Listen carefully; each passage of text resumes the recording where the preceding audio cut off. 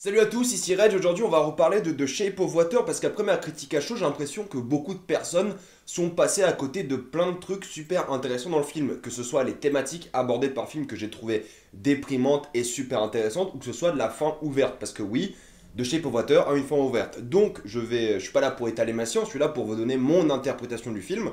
Et je vais donc absolument spoiler The Shape of Water. Donc si vous avez vu The Shape of Water, restez là. Sinon, bah allez voir ma critique à chaud et allez voir le film parce c'est un chef-d'œuvre. Et je vais y aller thématique par thématique et je vais commencer par le truc le plus important à mon goût dans le film. C'est l'histoire d'amour, mais c'est avant tout la sexualité. C'est une histoire d'amour qui fonctionne grâce à la sexualité des personnages. C'est une histoire d'amour qui fonctionne grâce au sexe. Dès le début, c'est un personnage, le personnage d'Elisa, se masturbe dans l'eau, et clairement l'eau est une analogie pour le sexe, que ce soit dans sa baignoire où elle se masturbe, que ce soit vous savez, les œufs qui sont en train de bouillir avec l'eau qui est en pleine ébullition, et les œufs qu'elle donne à la créature, et la créature elle-même avec laquelle elle couche. Donc il y a clairement une vraie analogie avec l'eau et le sexe, ça c'est évident, je pense que tout le monde l'a capté. Mais là où j'ai trouvé le film vraiment intéressant sur son analogie sexuelle et sentimentale, c'est que d'un côté on a Elisa et la créature qui sont éperdument amoureux, et qui font l'amour, qui sont là l'un pour l'autre.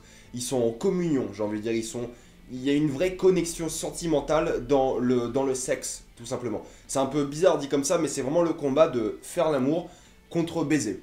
Parce que de l'autre côté, on a l'antagoniste du film, Stickland, qui lui, clairement, est égoïste. Pour lui, c'est quelqu'un qui est vraiment, il pense qu'à sa gueule, et ça se voit de la manière dont il fait l'amour à sa femme.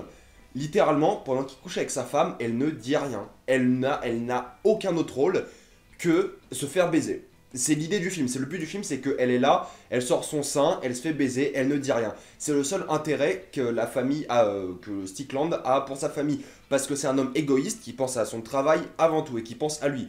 De l'autre côté, on a Elisa, qui est un personnage extrêmement empathique, qui veut donner de l'amour, qui veut en partager. Et quand elle fait l'amour, elle le fait avec passion, avec amour tout simplement. Et il y a une vraie connexion entre elle et la créature. Et c'est un sujet qui est extrêmement important parce que c'est comme ça que fonctionne la relation d'amour. C'est le parallèle avec Strickland et le parallèle avec Elisa. Les deux en contradiction, ça montre bien d'un côté l'antagoniste et de l'autre côté l'empathie. Et mais aussi le fait de baiser, qui est un acte égoïste en soi, et le fait de faire l'amour, qui est un acte commun. Donc c'est une thématique qui est extrêmement importante au film. Et la deuxième manière par rapport à laquelle le film fait bien fonctionner son histoire d'amour, c'est en donnant de la voix aux opprimés. C'est un film où on a une espagnole, une latina en tout cas muette, qui est orpheline en plus de ça. C'est un film où on a une femme noire dans les années 50-60. C'est un film où on a un vieil homme homosexuel. C'est un film où on a un communiste. C'est un film où on a une créature. L'objectif, c'est de donner de la voix aux gens les plus opprimés. Et c'est bien de donner de la voix aux gens les plus opprimés, ça c'est facile comme message à transmettre. Ce qui est intéressant pour moi en tant que message, c'est que, étonnamment, les gens qui communiquent le mieux sont les gens qui sont opprimés. Vous pouvez avoir l'outil de la parole, vous pouvez avoir l'outil de être à cette époque, par exemple comme Strickland, un homme en pouvoir blanc. Ça, c'est du pouvoir à l'époque. Et ça, c'est intéressant parce que j'ai l'impression d'être un SGW en disant ça. Mais c'est intéressant parce que lui, en ayant tous les outils pour communiquer et l'accessibilité à cet outil-là, ne communique pas assez bien, que ce soit avec sa famille, avec son général, avec personne. De l'autre côté, on a une créature qui est muette, une autre femme qui est... Enfin, une créature parce qu'elle ne peut pas parler, mais une femme qui est muette, qui communique extrêmement bien avec la créature. Parce qu'ils sont similaires, parce qu'ils se comprennent.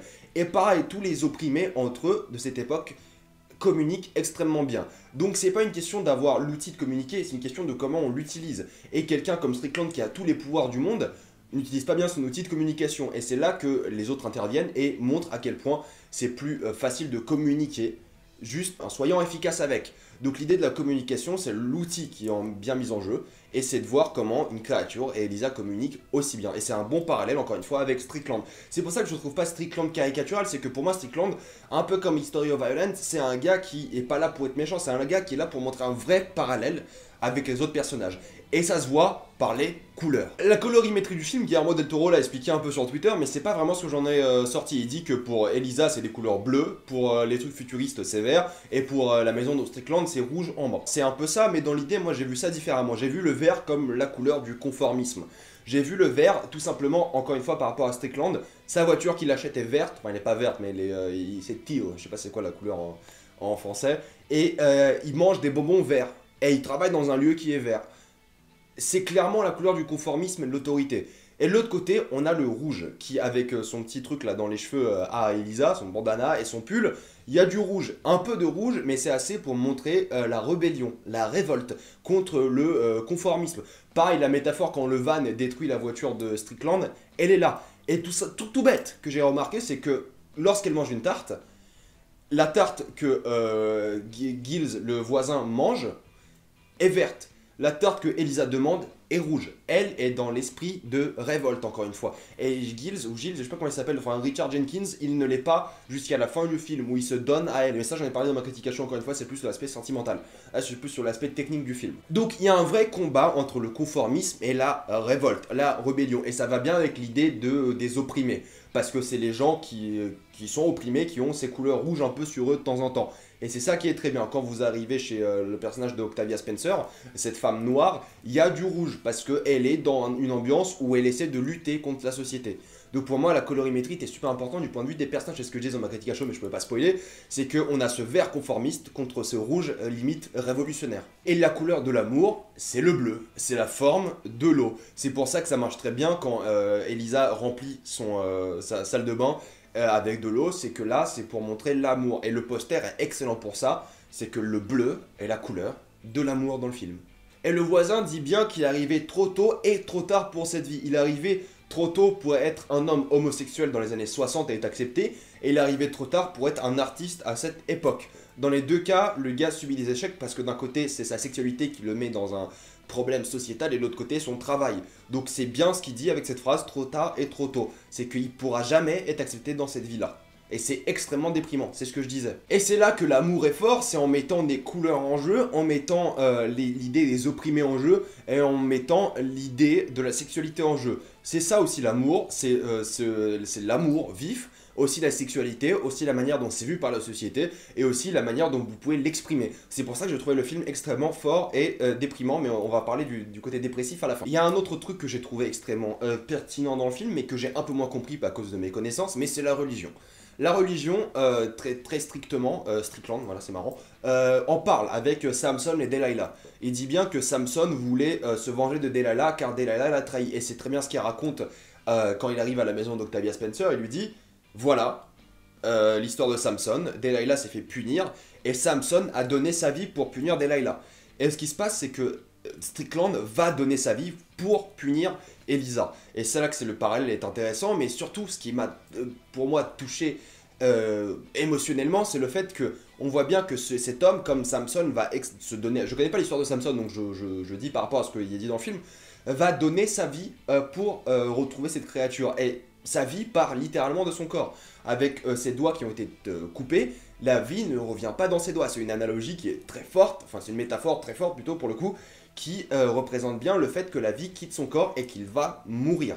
C'est très très fort pour moi, cette idée de, voilà, de toute façon lui, il est prêt à tout donner pour son travail, pour sa personne, il est tellement égoïste que même la vie quitte son corps. Donc c'est l'aspect religieux. Et en plus de ça, l'aspect extrêmement religieux, c'est que, bon, on a l'idée avec, le cinéma s'appelle Orpheum, donc ça fait un peu orphelin et Orpheus, si je dis pas de bêtises, alors là, corrigez-moi parce que c'est mes cours de 6ème, Orpheus, c'est ou un personnage de la mythologie grecque, ou un poète grec. Et si c'est un poète, c'est j'aurais dû faire mes recherches avant. Si c'est un poète, c'est extrêmement efficace par rapport à la fin du film qui finit en poésie. Voilà. Après, peut-être il y a un rapport avec Orpheus si c'est un poète, de ce qu'il a écrit, mais j'ai pas fait de recherche parce que c'est mon avis à chaud en fait. C'est voilà ce que j'ai compris du film en n'ayant que mes connaissances d'avant. Et un truc tout bête, encore une fois, si je dis pas de bêtises, quand la créature est dans le cinéma, le film qui passe sont les 10 commandements. Donc ça, encore une fois, c'est une histoire d'esclavage, une histoire de quelqu'un qui veut se libérer de ses chaînes, de la société, donc c'est encore très religieusement fort, c'est les 10 commandements. Et ensuite, l'orpheline, encore une fois, pour faire un rapport à la mythologie et à la religion, Elisa a été retrouvée sur une rivière, apparemment, ou on l'a laissée dans un bac quelque part. Et encore une fois, c'est l'idée de l'orpheline qui a été abandonnée. Et tout à la fin, Strickland dit très bien, tu n'es pas comme un dieu, tu es un dieu, avant de se faire buter. Voilà. Il y a vraiment un côté religieux qui est très très fort dans le film. Et un autre élément qui est extrêmement important par rapport à cette histoire d'amour, j'ai parlé de sexualité, de conformisme, etc.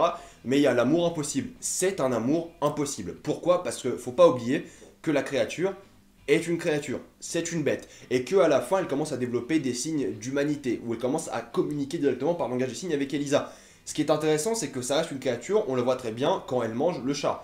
Pour elle, cette créature ne connaît pas le concept d'animaux. Pour elle, c'est juste une créature qui est là. Forcément, elle avance. C'est là que l'amour est impossible pour Elisa. C'est pour ça que c'est déprimant. C'est que pour une fois que cette femme connaît l'amour, c'est avec une créature. Et ça qui est très drôle, c'est que cette créature est une créature. D'où l'amour impossible. Et il faut vraiment qu'elle apprenne à communiquer. Mais on ne sait jamais s'il va vraiment apprendre à communiquer comme un humain. On ne sait jamais si une relation est possible plus que dans le côté bestial de la chose. Parce que bon, coucher avec quelqu'un, c'est un truc de mammifère, tout le monde fait ça, même si un amphibien, c'est compliqué. C'est très banal la sexualité, enfin le sexe. Et ce qui est marrant avec le sexe dans le film, vu que c'est une créature et vu que c'est une personne humaine, c'est jamais un sexe qui a l'air sexuel. C'est bizarre de dire ça comme ça, mais jamais c'est sexualisé. C'est du sexe pour l'amour entre eux. Ça sert à rien avec mon parallèle de plus tôt. C'est vraiment, c'est rien d'excitant. C'est vraiment genre juste doux. C'est beau, c'est joli, c'est la forme de l'eau, quoi, voilà, c'est propre, c'est doux. Et juste avant de parler de la fin, un truc tout drôle, je sais pas si c'est fait exprès ou pas, mais Elisa au tout début du film se fait réveiller par des sirènes. Voilà, juste, je sais pas si c'est que moi, mais ça me encore fait penser à la mythologie, avec l'idée des sirènes, qui se fait réveiller le matin, sirène de police. Bref, je sais pas, ça c'est peut-être un hasard, mais je pense qu'il y a moyen que ce soit calculé quand même. Et maintenant, faut qu'on parle de cette fin. Parce qu'il y a plein de monde qui m'ont dit pourquoi tu dis que la fin elle est déprimante, ça finit très bien. Non, ça finit pas bien du tout. Enfin, il y a cet aspect où, oui, vous vous dites que, oh, elle est devenue un peu comme lui, et c'est un amphibien, et là, à cause de sa blessure, oh, il y a eu des branchies qui sont sorties, mais oubliez pas que c'est une histoire qui est racontée. Donc, moi, je pars du principe qu'il a juste embelli l'histoire, le voisin, pour qu'il soit... parce qu'il n'accepte pas, c'est le chagrin. Donc il est dans cette phase du chagrin où il n'accepte pas la mort d'Elisa, parce que c'était son seul ami. Il n'avait qu'elle dans sa vie. C'était sa seule personne. Et le fait qu'elle soit morte, il essaie de l'embellir en disant que elle avait vécu toute sa vie heureuse avec la créature. Mais c'est probablement faux. Je pense, c'est là que c'est pour ça que c'est une fin ouverte, c'est que ou Elisa est morte de la balle, ce qui semblerait logique, parce que jamais dans le film on dit que la créature a ce genre de pouvoir de donner des branchies ou de guérison. Enfin, elle a le pouvoir de guérison, mais jamais à ce stade-là. Enfin, ça c'est voilà un peu tiré par les cheveux, mais c'est l'idée, c'est que c'est le gars qui raconte l'histoire. Donc c'est une fin ouverte où elle a survécu, elle a vécu toute sa vie heureuse, ou bah elle est morte. Et le gars n'admet pas ça et embellit l'histoire, tout simplement. Donc c'est une fin ouverte, c'est une fin qui est pour moi déprimante parce qu'à tous les coups, moi je l'ai vue comme si elle était morte. Et c'est un film qui m'a mis en PLS justement à cause de toutes ces thématiques. J'ai aimé ce film parce que j'ai vu cet aspect très charnel d'une relation amoureuse, cet aspect très solitaire, mais en même temps de l'amour tout simplement. C'est pour ça que j'ai kiffé ce film. Et je comprends très bien, le Gardien a sorti cette vidéo sur les parallèles avec Jean-Pierre Jeunet. Je comprends, il y a des forts parallèles avec Jean-Pierre Jeunet, avec Amélie Poulain, Délicatessen.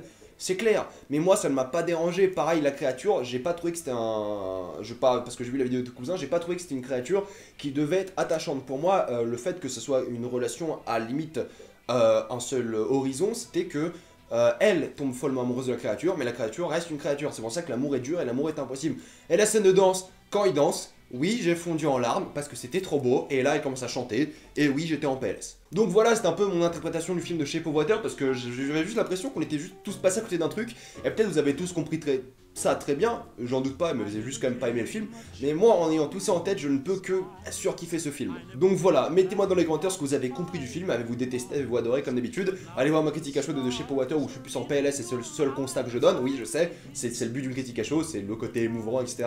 En tout cas, moi je vous dis à la prochaine fois, mais dans les commentaires ce que vous avez pensé de Shape of Water, explications, théories, tout ça, thèmes, ce que vous voulez. Suivez-moi sur Facebook, sur Twitter, moi je vous dis à la prochaine fois, et salut à tous.